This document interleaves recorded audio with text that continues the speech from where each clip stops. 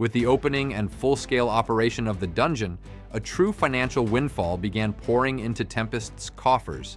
The Monster Nation, still in the midst of expansion and consolidation, has seen its revenue skyrocket since the founding festival, attracting more and more visitors from all across the world each day. Its devoted subjects would serve Rimuru without ever asking for the slightest payment, their loyalty being absolute. And yet, with his deeply rooted Japanese sensibilities, Rimuru could never tolerate such an injustice.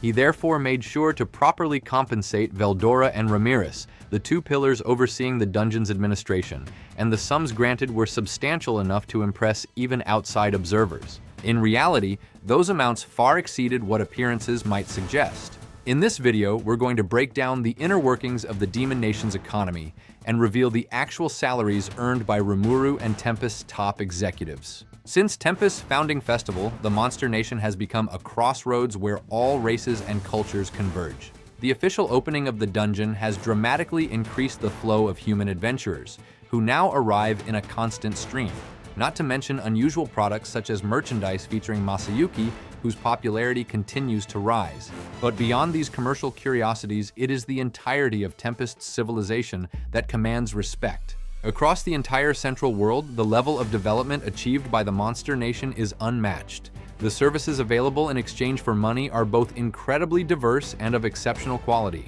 An adventurer descending into the depths of the dungeon can enjoy delicious meals along the way and stay in impeccably maintained lodging facilities, a level of luxury almost unheard of in any other dungeon in the world. Once back on the surface, they are greeted by shops offering astonishingly designed clothing and armor, highly effective healing potions, and even refined establishments catering to a wide range of desires. In other words, Tempest is truly a nation where money turns into limitless pleasure. Those who, like Veldora, have the rare privilege of being close enough to Rimuru to directly ask for whatever they desire may indeed receive special treatment. However, those requests must still fall within what Rimuru is willing to grant, and constantly gauging his mood is no easy task, even for a supreme class dragon. That being said, now that the dungeon's operation is generating stable and significant profits, an official salary has been granted to Ramiris and Veldora in direct recognition of their responsibilities in managing it. This reveals something deeply significant. Even beings as powerful as a true dragon or a demon lord fully integrate into the Monster Nation's economic system and choose to benefit from it. The peace reigning over Tempest is almost unsettling in how complete it is. These two individuals, fully aware that a poorly chosen response could earn them a reprimand from Rimuru, ultimately behave with a surprisingly convenient level of compliance, making them remarkably easy to manage. Before going any further, let's recall some fundamental aspects of the Central World's economy. This world, where Rimuru and his allies live, is home to numerous nations, including the newly established Tempest Empire, which is on the verge of becoming the central hub of all civilization. Many of these nations already possess fully established sovereign states. Just on the western side alone, there are nations such as the Armed Nation of Dwarves, the Kingdom of Blumend, the Kingdom of Farmus, the Kingdom of Ingracia, the Magic Dynasty of Sarion, and the Holy Empire of Ruberios, just to name a few. Each of these nations has its own culture, its own customs, and its own level of civilization. Among them, nations populated by humans, high elves, and dwarves have long abandoned primitive bartering in favor of a structured monetary system based on the exchange of metal coins with recognized and accepted value. Magical creatures, who usually rely on bartering in their daily lives, sometimes find themselves forced to use currency as well, depending on the place and circumstances. It's also worth remembering that it was in his slime form that Rimuru first traveled to the Dwarf Kingdom, directly confronting this economic reality. Some older nations also possess currencies with unique properties, as seen during Clayman's Revenge arc. However, throughout the entire Central World, there is only one currency that stands above all others in terms of reliability, respect, and widespread use: the Dwarven Coins. Minted by the Armed Nation of Dwarves, Dworgen, this currency serves as the economic standard of the entire Central World. Its reliability is based on an unbreakable feature. Each coin is individually engraved with a unique inscription magic and managed through its own serial number. As a result, counterfeiting is structurally impossible. It is worth noting that even Raphael's analytical capabilities, as formidable as they are, would be unable to perfectly replicate these coins due to the rigor of their control system. Any attempt at forgery is instantly detected without the slightest ambiguity. That is why it is considered extremely reliable, and there are primarily 4 types of coins. These 4 denominations follow a fixed value ratio. Each higher tier is worth exactly 100 times the lower one. Now let's take a closer look at the practical uses of each type of coin. Let's start with the copper coin. With a value equivalent to about 10 Japanese yen, it represents the lowest denomination in the system. It rarely appears at the forefront of the story, but it can easily be imagined circulating in everyday life, for buying a snack from a street stall, purchasing small daily items, or covering those minor expenses people no longer even think about. Next comes the silver coin, the most common and widely used currency throughout the Central world. In the capital of the Kingdom of Ingracia, the average daily wage of a worker is 7 silver coins, which amounts to around 210 coins per month, the equivalent of 210,000 yen. This figure may seem modest by modern Japanese standards, but as one moves away from major cities, the economic reality becomes significantly harsher. In rural areas, wages drop drastically.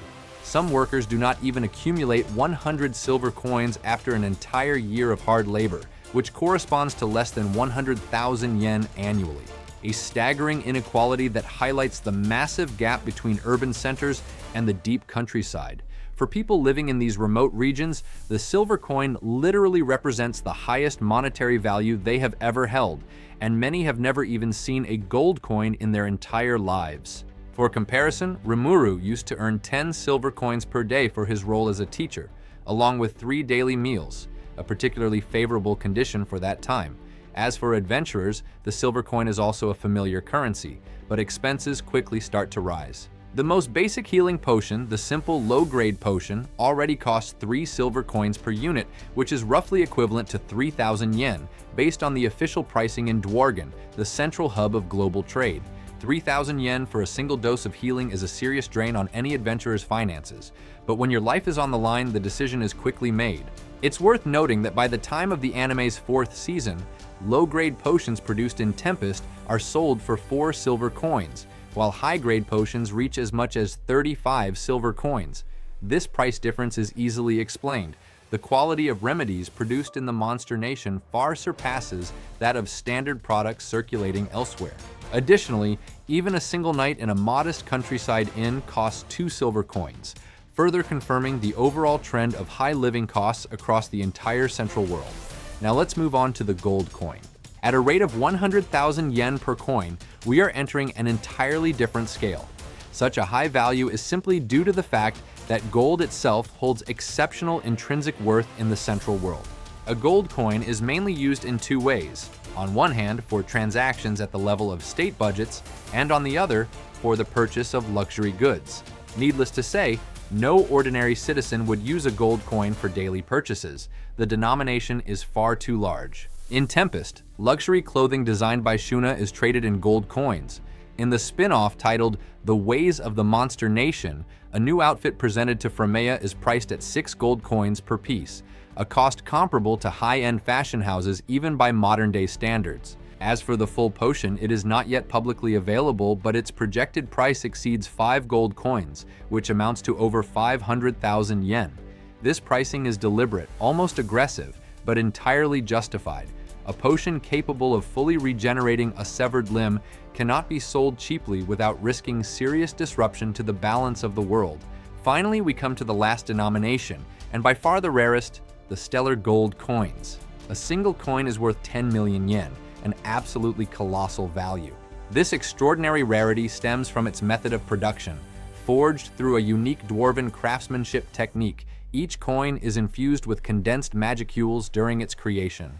The result is a process so delicate and demanding that only 1 single coin can be produced per month. King Gazel himself confirmed that these coins did not even exist at the time of Dworgen's founding. Because of this, the stellar gold coins transcend the simple concept of currency. They hold true artistic and heritage value beyond their function as a means of exchange. They are almost never seen circulating in ordinary markets. Instead, they are reserved for transactions between sovereign nations, war reparations, large-scale geopolitical treaties, and similar high-level dealings conducted behind closed doors. In the story, we remember that Diablo imposed an astronomical war indemnity on the Kingdom of Farmus, 10,000 stellar gold coins, equivalent to 100 billion yen, a deliberately overwhelming demand. On top of that, stellar gold coins are naturally subject to hoarding. Outside of exceptional transactions, they simply have no practical use. Converting them into gold coins is already a major logistical operation, and they cannot be freely stored or transported like ordinary currency. They function more like a non-transferable financial asset requiring authorization. As a matter of fact, when the Kingdom of Farmus made its initial payment of 1,500 stellar gold coins, equivalent to 15 billion yen, those coins came from the secret reserves personally accumulated by the former king, Ramiris. The total number of stellar gold coins in circulation across the entire world is estimated to be fewer than 10,000. This means that those 1,500 coins handed over to Tempest alone represented more than 1/10 of all stellar gold coins existing on the entire planet, a transfer of wealth of truly historic proportions. What is truly staggering is that Tempest set the reward for conquering the final floor of the dungeon at 100 stellar gold coins. 100 stellar gold coins, that is 1 billion yen in a single payout. The difficulty is objectively insurmountable. Veldora himself stands as the absolute guardian on the 100th and final floor, so no one has ever claimed this reward. But the mere fact that Tempest can offer such a sum without hesitation speaks volumes about the colossal financial power the monster nation has achieved. Earlier, we discussed the income of ordinary citizens, but it goes without saying that salaries vary significantly depending on professions and nations. In the Central World, the payment system is primarily based on daily wages, while adventurers operate on a performance-based system, earning rewards proportional to their achievements. Those holding positions comparable to civil servants in our world generally earn a few silver coins per day, a salary that also varies depending on region and rank. In the capital of the Kingdom of Ingrassia, a teacher at the Royal Academy can earn up to 10 silver coins per day, along with housing, 3 daily meals, and even privileged access to the capital's library, a dream package for that era. As a reminder, Rimuru himself, in his role as a teacher, earned 10 silver coins per day with 3 meals included, a highly favorable situation in every respect. This same generosity can be seen in other moments of his professional life. During student field trips, the homeroom teacher whose class achieved the best results would receive an exceptional bonus of 10 gold coins, the equivalent of 1 million yen. While these types of positions offer particularly attractive conditions, other urban jobs provide an average annual income of slightly under 2 million yen, which remains respectable in this world. At the bottom of the scale, low-ranking workers earn only a few silver coins per day, while residents in rural areas cap out at an annual income below 1 million yen, a harsh reality. That being said, in a world where entertainment is scarce and life is simple, a few silver coins are generally enough to cover basic daily needs. And if, by chance, someone manages to obtain even a single gold coin, they can afford to live for several months without working, a true treasure for the average person. Now let's turn to the Holy Empire of Ruberios and its Holy Knights. According to Glenda, the compensation system there is fundamentally different.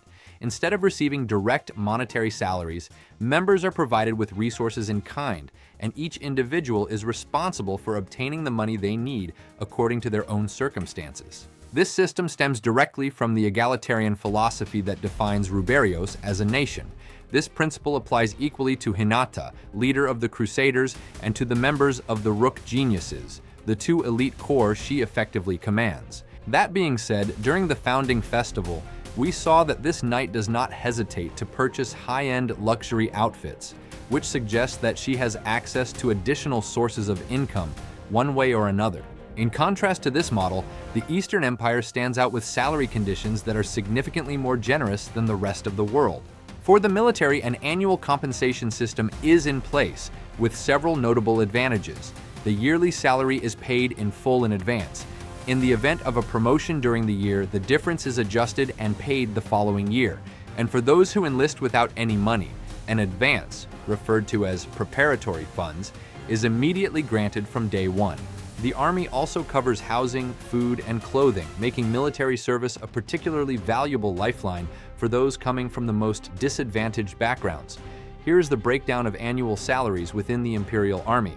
The basic infantry soldier receives only their base salary, amounting to 10 gold coins, approximately 1 million yen. A second lieutenant earns, combining base salary and rank allowance, 36 gold coins, which equals roughly 3,600,000 yen.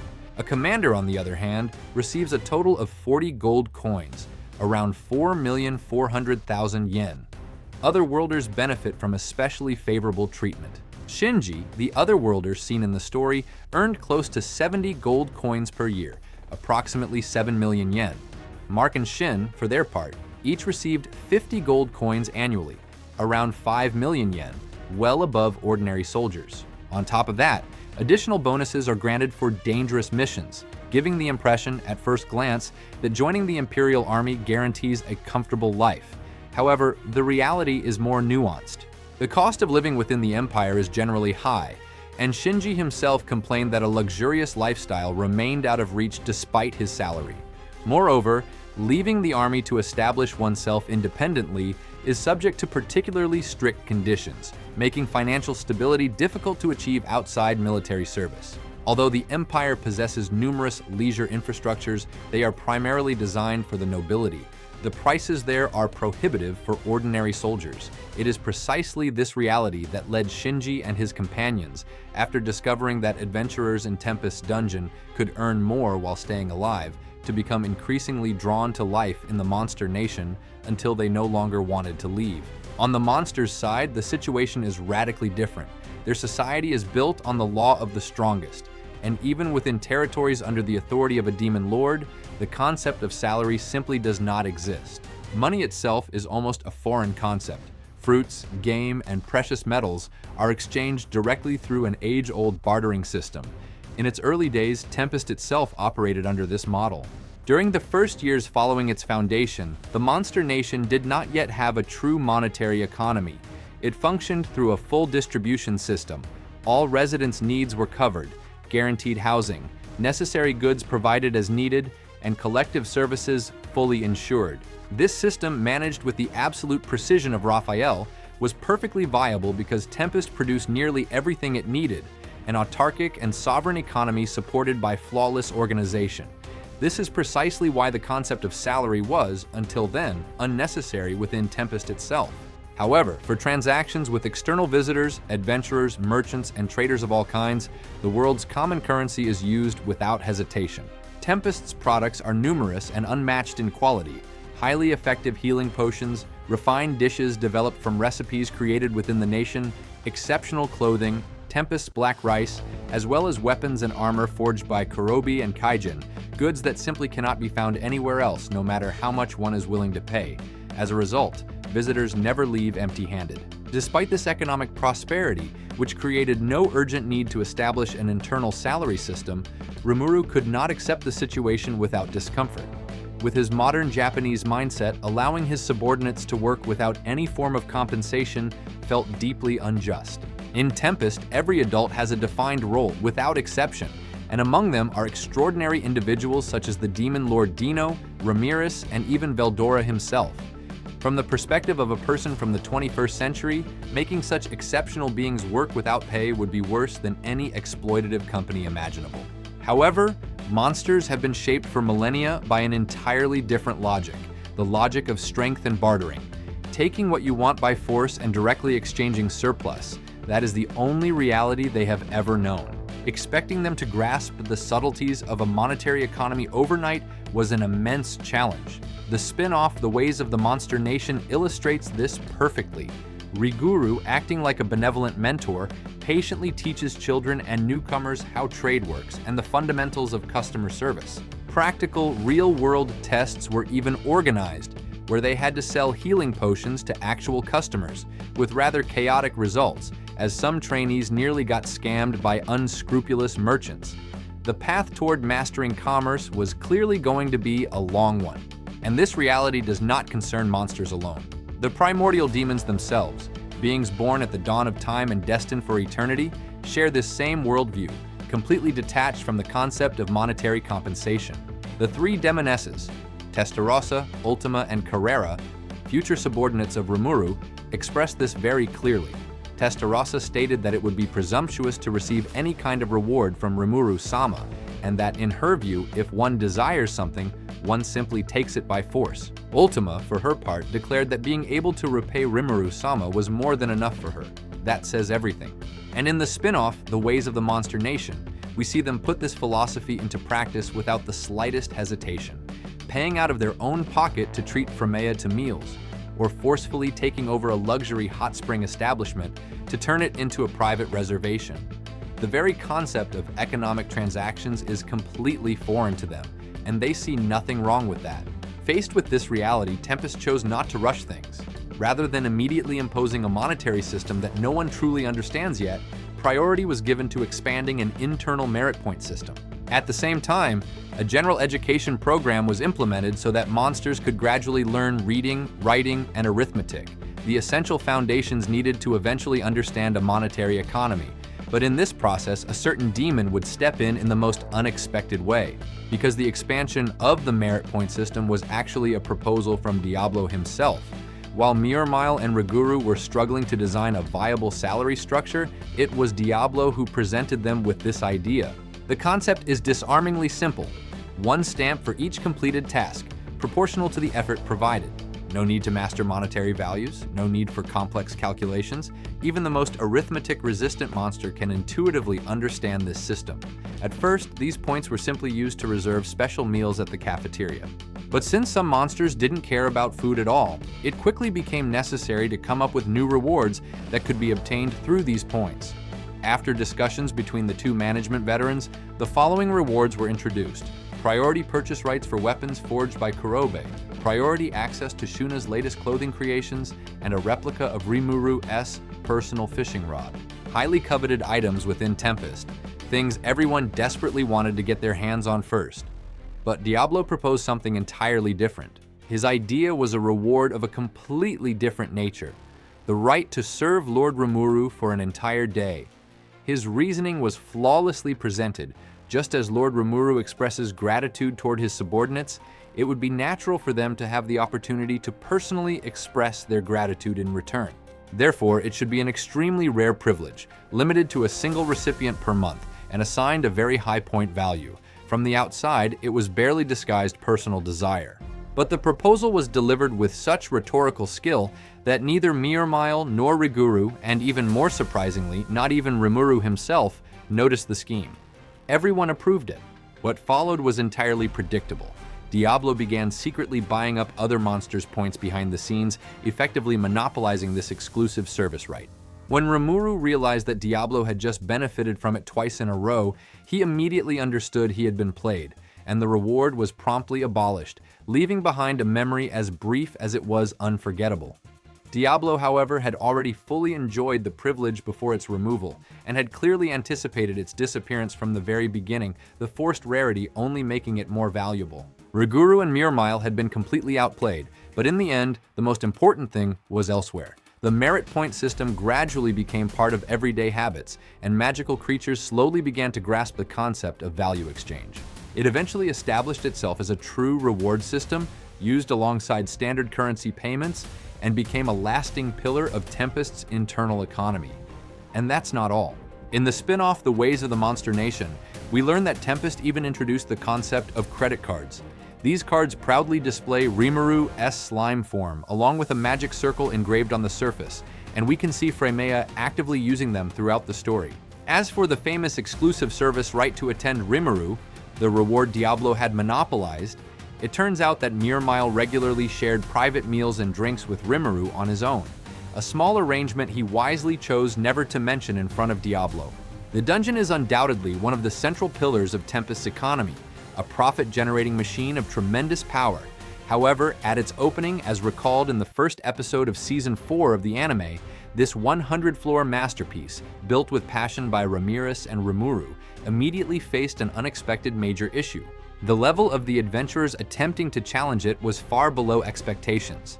As a result, reckless challengers were falling in large numbers within the very first rooms. Meanwhile, Veldora, waiting at the bottom as the final boss of the last floor, saw no one reaching him and began sulking out of boredom. The tourism engine was stalled before it had even truly begun. Barely 10% of challengers were able to reach the 10th floor. From the very first and second episodes, the dungeon's management team, led by Rimuru, got to work immediately. Masayuki's advice, driven by his passion for video games, proved invaluable. The addition of a beginner tutorial and the implementation of save points at regular intervals. Then Miormile's business acumen took over. Gold coin rewards for each set of floors cleared and an astronomical prize for anyone capable of conquering the entire dungeon. A powerful advertising strategy designed to attract adventurers in massive numbers. The calculation was as cunning as it was brilliant. With Veldora guarding the 100th floor, total completion was effectively impossible, making the risk of paying out the ultimate reward virtually non-existent. Their cynical yet perfectly executed plan worked flawlessly. The dungeon was soon flooded with adventurers seeking glory and gold, but just as operations began running at full capacity, a new threat emerged. A group of cunning players known as Team Green Fury began systematically exploiting loopholes in the system to progress through fraudulent means. In response, Rimuru, Veldora, and Ramiris held an emergency meeting and improvised a countermeasure in real time: the use of avatars, monster bodies into which they transferred their consciousness to intervene directly within the dungeon. At first, their movements were clumsy. They struggled to adapt to these new physical forms, but very quickly, this formidable trio became a terror of the depths, earning the nickname Dungeon Dominators among adventurers. At the same time, items that provided strategic advantages during dungeon exploration were introduced as premium paid content, ensuring that no potential source of revenue was left untapped. The dungeon entry fee was set at 3 silver coins per run. At the reception area, the items introduced during the major revamp of Season 4 quickly became almost mandatory purchases. The Resurrection Bracelet allows the user to return to life without a single scratch upon death inside the dungeon. 2 silver coins, free on the first use, then paid from the second onward. The Return Whistle allows instant exit from the dungeon, 30 silver coins. The Recording Crystal allows players to save their progress within the dungeon, 1 gold coin. These items represent near-essential investments for any serious adventurer, and the Resurrection Bracelet in particular sells extremely well, becoming a massive source of revenue on its own.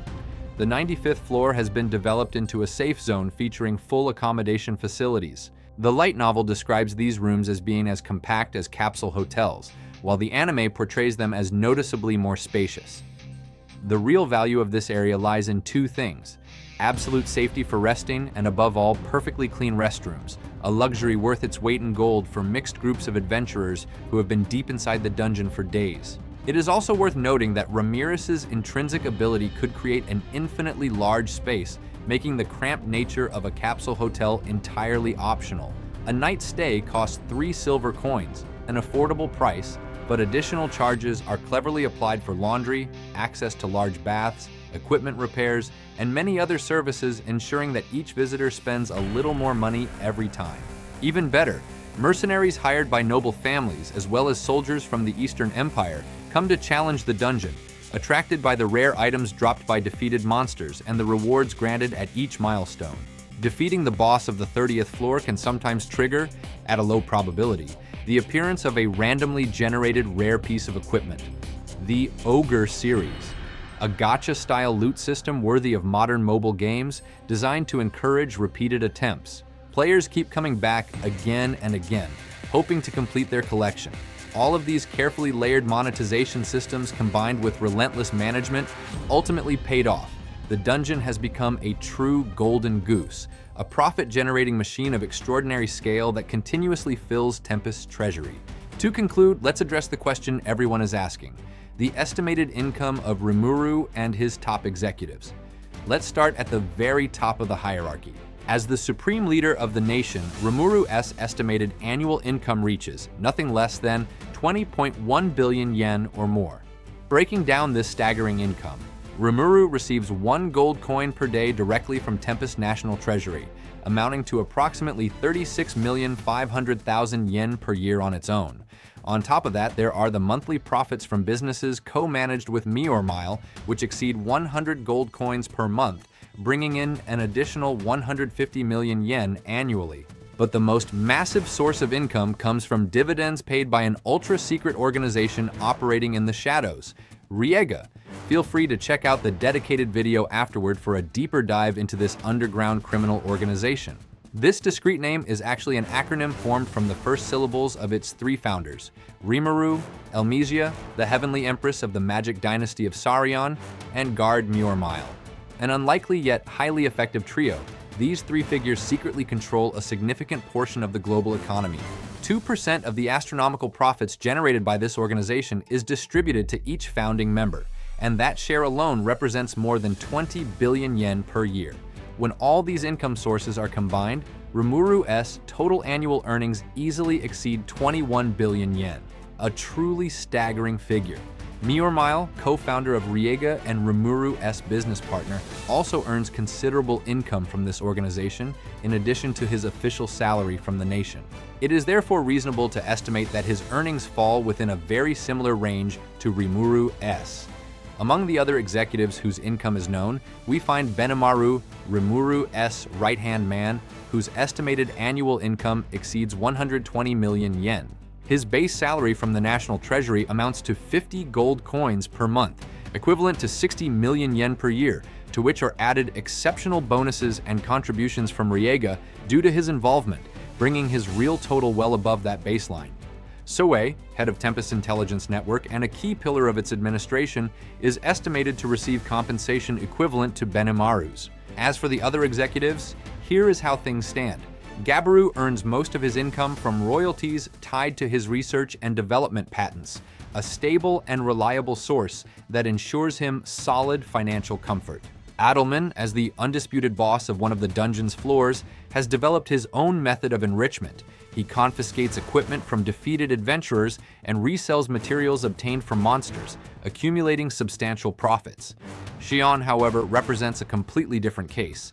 She shows absolutely no interest in money, to the point that she only recently owned a wallet and lives in a state of chronic poverty that sharply contrasts with her status as one of Tempest's leading figures. It's important to understand that Tempest executives often personally fund equipment renewals and benefits for their subordinates out of their own pockets. In theory, submitting a request to the nation allows these supplies to be obtained for free, but administrative complexity and endless delays push the wealthier individuals not to wait. As a result, Benimaru, Souei, Gabiru, and Adalman directly pay for their teams without hesitation. Xion, however, cannot afford to do so, which quietly creates real dissatisfaction among her subordinates, a rather unfortunate reality for someone of her standing. That being said, ever since Adelman shared his dungeon monetization methods with her, Xion seems to have found a path worth exploring. Perhaps she will begin hunting the most promising creatures in the depths herself to extract valuable resources. To conclude, a quick word on characters outside the official hierarchy. Veldora, as shown in the anime, does indeed receive gold coins as compensation, earning 1 gold coin per day from the National Treasury, amounting to at least 36,500,000 yen per year. And since he also receives a share of the dungeon's profits, which he co-manages, his actual income is likely double, or even higher. The greatest financial success story in Tempest, however, is without question Ramiris. What is less expected is how sharp she proves to be when it comes to money. As co-manager of the Dungeon Corporation, she earns 20% of the massive profits generated by this profit abyss. According to Rimuru's own calculations, Ramiris' daily share exceeds 20 gold coins, that is, a daily income of 2 million yen, which amounts to 60 million yen per month, and, over the course of a year, the staggering sum of 720 million yen. After deducting the wages of her subordinates working within the dungeon, she still retains at least 100 gold coins per month in disposable income, resulting in an estimated net annual income exceeding 120 million yen. Once mocked as a demon lord with neither wealth nor ambition, she now stands at the head of a fortune that even human rulers would envy. An absolutely meteoric rise. It is also worth noting that Shinji and his companions, the defectors from the Empire who became Ramiris' assistants, receive 3 gold coins per month, in addition to housing, food, and equipment being fully covered. 360,000 yen per year may seem lower than their former military salaries, But for a research position with no life-threatening danger, in a welcoming nation that provides all the comfort they never had in the Empire, it is hard to call it a bad deal. That concludes this overview of the Central World's economy, the monetary system, how trade functions, salaries in Tempest, and of course the dungeon that made such an impact in Season 4. As many of you probably expected, Rimuru and his executives reached truly stratospheric levels of income. On this channel, we continue to explore and analyze the world of Tensura from every angle, so if you haven't already, make sure to subscribe. See you soon for the next video.